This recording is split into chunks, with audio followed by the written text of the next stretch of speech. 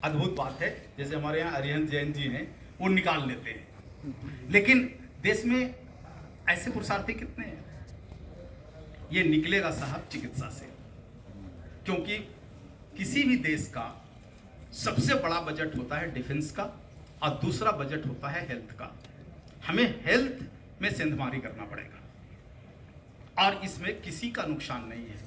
न तो बड़े जो मल्टीनेशनल्स ड्रग्स कंपनियां हैं उनका भी कोई नुकसान नहीं होगा। ये पूरा गणित में बना करके दिया है और इसके ऊपर गणित बना के दूंगा। सरकार को सबसे ज़्यादा फायदा होगा, हेल्थ बजट घटेगा। उत्तर प्रदेश की सरकार का अनुमान है कि लगभग 1000 करोड़ का हेल्थ बजट इनका घट जाएगा। इसमें 5 साल यदि सीरियसली काम कर लिया तो आपका हेल्थ बजट घटता है। यूरिया डीएपी का सब्सिडी बजट घटता है। ये दूसरा बड़ा फायदा है आपके पास। और जो गौशालाओं को जो आप अनुदान दे रहे हैं, 4-5 साल के बाद आपको अनुदान देने की जरूरत नहीं है। गौशालाएं आपको उल्टा टैक्स देने के लिए तैयार हो जाएगी। तो इसमें नुकसान किसका है? और जो पब्लिक है, पब्लिक को एक बढ़िया हेल्थ मिलेगा साहब। हमने हर साल जो मेडिकल बुलेटिन में छापता हूँ, वो हमारे वेबसाइट पे देख सकते हो, या यहाँ पर आयोग में भी मैंने पुस्तकें दी है कई लोगों को। आप देखो, दुनिया का कोई ऐसी बीमारी नहीं आज तक है जो गाय के गवियों से ठीक नहीं हुआ। कैंसर ले लो, थैलेसीमिया ले लो, सिकल सेल ले लो, आप ट्यूबरक्लोसिस ले लो, आप कोई भी आप लेकर के आ जाओ। कोविड जो आया, कोविड आया, 20,000 से ज़्यादा मरीजों पर ऑन रिकॉर्ड हमारे गविशिद्धों ने काम किया, जबकि सरकार ने आदेश जारी किया था कि एलोपैथी के सिवाय दूसरा कोई काम नहीं करेगा। हमने गविशिद्धों को कहा जो होगा देखा जाएगा, हमारे पास संविधान का फंडामेंटल राइट है, हम केस लड़ लेंगे। और इसीलिए सारे राज्यों में हमने एक एडवोकेट पंचगव्य डॉक्टर एसोसिएशन का खड़ा कर रखा है मुकदमा लड़ने के लिए। किया 20,000 पॉजिटिव मरीजों पर काम किया। मैं गर्व के साथ कहता हूं कि गौ माता ने एक को मरने नहीं दिया, एक को मरने नहीं दिया। इससे बड़ा साबुत और क्या दे सकते हैं साहब? और हर साल हम अपने बुलेटिन में मरीज का फोटो और उसका पूरा ये छाप के सरकार को दे रहे हैं हर साल। या आप देख लो गाय क्या कर सकती है, और इतना कुछ गाय कर सकती है तो भाई थोड़ी सी जगह दे दो हमें भी काम करने के लिए। इसमें पब्लिक का बड़ा जितना में किसी अगर मरीज को अगर कैंसर हो गया तो जितना बायोप्सी का खर्चा होता है उसमें पंचगव्य में उतने में चिकित्सा हो जाती है उसकी। तो आप गरीबों के लिए इतना आप एम्बुलेंस की व्यवस्था, बड़े बड़े हॉस्पिटल की व्यवस्था, ये सारा कर रहे हो। मैं केवल उत्तर प्रदेश की सरकार से और आयोग से इतना ही निवेदन करता हूं कि आपके राज्य का 40% जो एकदम रूरल एरिया है, एकदम रूरल, जहां पर सरकार की मशीनरी कम से कम पहुंची है, वो वाला क्षेत्र दे दो हमें। आपके अब उत्तर प्रदेश में 40% अभी अर्बन डेवलपमेंट हो गया, 40%, और 20% सबर्बन और उसके अगला पीढ़ी वाला है। 60% एरिया छोड़ दो, आप रखो, आप काम करो। हमें तो उत्तर प्रदेश का केवल 40% हिस्सा, जहां आपका डॉक्टर नहीं जाता है, जहां आपका टॉप एजुकेशन नहीं है, ठेठ देहात जिसको कहते हो, वो 40% एरिया दे दो। और उस 40% एरिया का आपका हेल्थ बजट कितना खर्चा होता है? 1100 करोड़। वो आपका 1100 करोड़ हम पूरा बचा सकते हैं इसमें से। तो इसमें नुकसान किसका है? बस बात है कि इसमें दिल से नहीं, दिमाग से काम लेने की जरूरत पड़ती है। और एक और घटना का जिक्र करते हुए मैं अपने संवाद को रोकूंगा, आपके प्रश्नों के लिए रोकूंगा कि आप प्रश्न करो कि क्या नहीं हो सकता है। देखो, आपके उत्तर प्रदेश के एक प्रधानमंत्री हुए विश्वनाथ प्रताप सिंह, है ना। उस समय मैं मीडिया में था और मंडल कमीशन लेकर के आए थे और मंडल के जोड़ पर सरकार बना लिया उन्होंने। तो उस समय ब्रिटेन की जो रानी थी वो थैचर थी। थैचर वहाँ की प्रधानमंत्री थी, मार्गरेट थैचर। तो मार्गरेट थैचर ने जो है एक गहरा कमेंट किया था भारत के ऊपर और विश्वनाथ सिंह के ऊपर किया था। विश्वनाथ सिंह, आप प्रधानमंत्री बन गए, सरकार बना ली आपने, लेकिन देश दिल से नहीं दिमाग से चलता है। मुझे याद है मार्गरेट थैचर का वो कमेंट, कोई भी काम दिल से नहीं होता है। 75 साल से गाय के लिए हम दिल में दर्द लेकर के घूम रहे हैं, लेकिन कोई बता दे कि गुजरात में गाय कटना बंद हो गई, महाराष्ट्र में गाय कटना बंद हो गई, राजस्थान में गाय कटना बंद हो गई। कोई कहता है बंद हो गई तो मैं आपका कान पकड़ के ले जाकर के दिखा सकता हूं। ये देखो कट रही है। आपके उत्तर प्रदेश में बंद हो गया। देखो, जब तक मनुष्य की मानसिकता नहीं सुधर जाती, उसका सोच गौवंश के प्रति नहीं सुधर जाता, तब तक समूल गौ हत्या बंद नहीं हो सकता। कोई बंद कमरे में काट लेगा, कब तक रोक लोगे? और किसके किसके कमरों के अंदर जो है आप सीसीटीवी लगा लोगे साहब? गाय के प्रति जब सोच बदलेगी, लोगों की भावना बदलेगी कि ये गाय तो हमारा नहीं, आने वाली पीढ़ियों को भी सुधार के रख सकती है, स्वस्थ रख सकती है, जिस दिन ये कॉन्सेप्ट घुस गया लोगों का, हर धर्म और संप्रदाय के लोग गाय की रक्षा करेंगे। आपको एक उदाहरण बताता हूं। केरल के बारे में आपने सुना होगा, सबसे ज्यादा गाय खाने वाले लोग केरल में हैं। आपको बताऊंगा, सबसे ज्यादा पंचगव्य चिकित्सा विज्ञान के विस्तार केंद्र हमारे केरल में है, सबसे ज्यादा, जबकि सबसे ज्यादा गाय खाने वाला राज्य है। और सबसे ज्यादा गैर हिंदू गविसित डॉक्टर यदि कहीं है तो हमारे केरल में है। केरल में हमारा पूरा एक गुरुकुल चलता है अलपुजा में, जहां पर 98% नॉन हिंदू पॉपुलेशन है, क्रिश्चियन और मुसलमान है। उनके गढ़ में हमारा एक विस्तार केंद्र चलता है। उनको भी मालूम है बीमार पड़ गए तो दवा तो गाय ही देने वाले, इसलिए वो भी पढ़ते। अध्यक्ष महोदय को पता है हमारे केरल के कितने थॉमस मधु, जीजा अब्राहम, ये सारे हमारे गविसित डॉक्टर वहां पर आए थे और जिन्होंने मंच से जो है गाय के प्रति अपनी भावना को व्यक्त किए। तो आदमी को जब ऐसी कलिष्ठ बीमारियां और कलिष्ठ संकट से जब गाय निकालती है ना, तो धर्म पीछे रह जाता है और गाय आगे आ जाती है।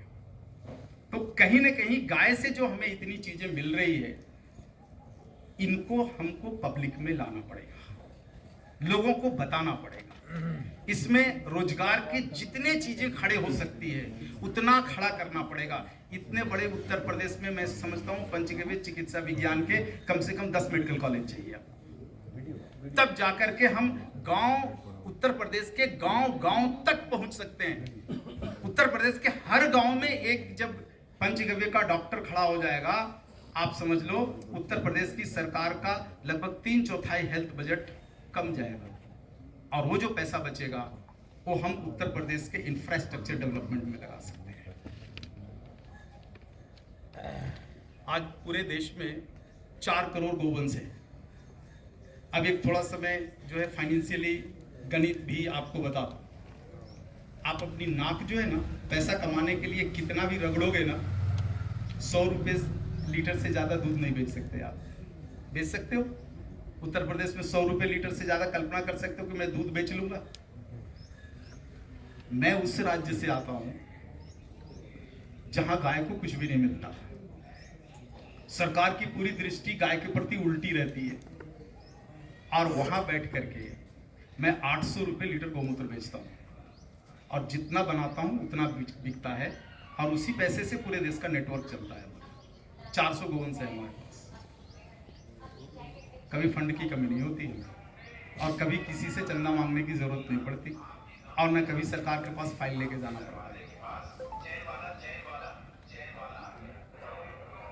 तो क्या ऐसी स्थिति उत्तर प्रदेश में नहीं आ सकता?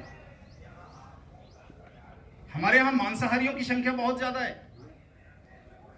हमारे यहां मुश्किल से होंगे तो 10 से 12% शाकाहारी लोग हैं।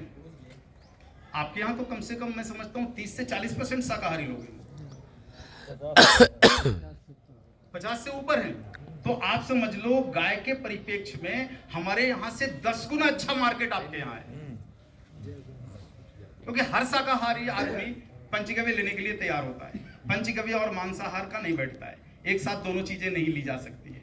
ये शाकाहारियों के लिए एकदम रामबाण औषधि होता है, इसलिए शाकाहारियों पर हम लोग काम करते हैं। आपके यहाँ 50% यदि शाकाहारी लोग हैं, आप समझ लो हमारे राज्य के मुकाबले 10 गुना बढ़िया प्लेटफॉर्म आपके यहाँ है।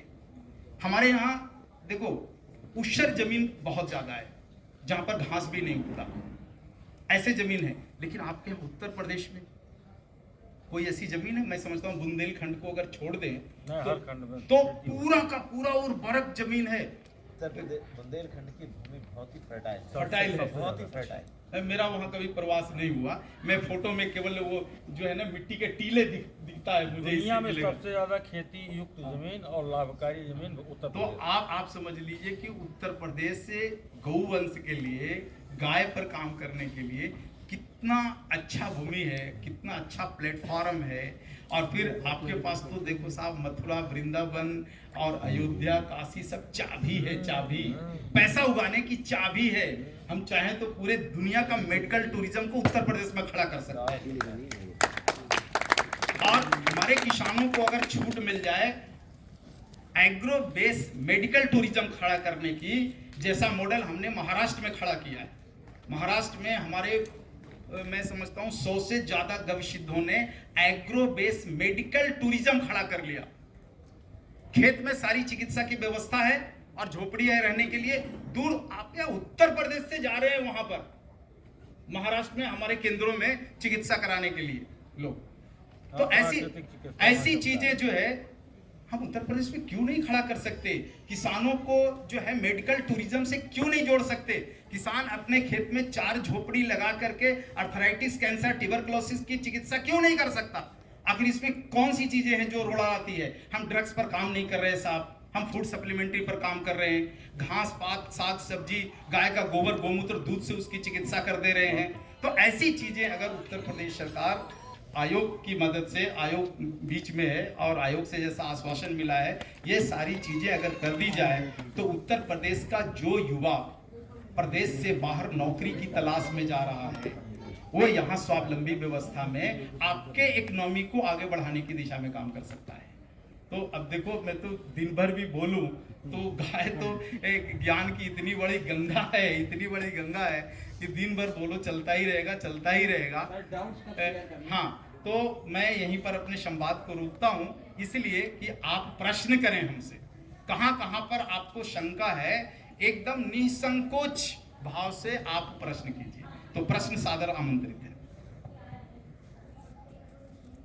सर ये 2012 में हमने शुरू किया था और 2024 तो 12 साल हुए। आदरणीय वाइस चांसलर साहब, आदरणीय उप वाइस चांसलर साहब, मेरा 2 ही प्रश्न है। एक तो मैं अभी यूजीसी वेबसाइट पे देख रहा था 2F और 12B में कहीं रजिस्टर्ड नहीं है सर ये। जी हाँ, हम यूजीसी के पास गए नहीं और कभी जाएंगे नहीं, क्योंकि यूजीसी मतलब क्या, ग्रांट कमीशन, ग्रांट लेने वाला। हमारा विश्वविद्यालय शुरू से ग्रांट से पर ही रहा है, तो हमें यूजीसी के पास जाने की आवश्यकता कहाँ है? हमने तो स्पष्ट कर दिया कि सरकार से हमने 1 रुपया लिया नहीं है और नहीं भविष्य में 1 रुपया लेने की योजना है। फिर यूजीसी के पास हमें जाने की कहाँ आवश्यकता पड़ती है? क्या ग्रांट्स नहीं लेती, कोई जरूरी नहीं कि प्राइवेट नहीं, तो आखिर हम क्यों जाएं यूजीसी के पास? आप इसका तर्क मुझे बता दीजिए। कोई भी यूनिवर्सिटी मतलब नहीं, मैं देखो स्पष्ट मैं ये कहता हूं कि यूजीसी इस देश का शिक्षा का ठेकेदार नहीं है।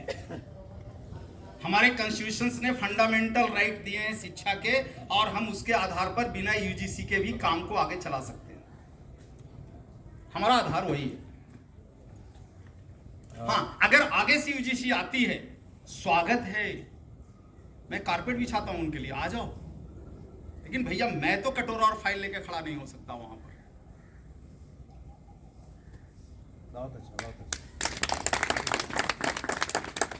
हमारे प्रदेश में हाँ जी, ये व्यवस्था कैसे लागू हो सकती है? हमको इसके लिए क्या करना होगा?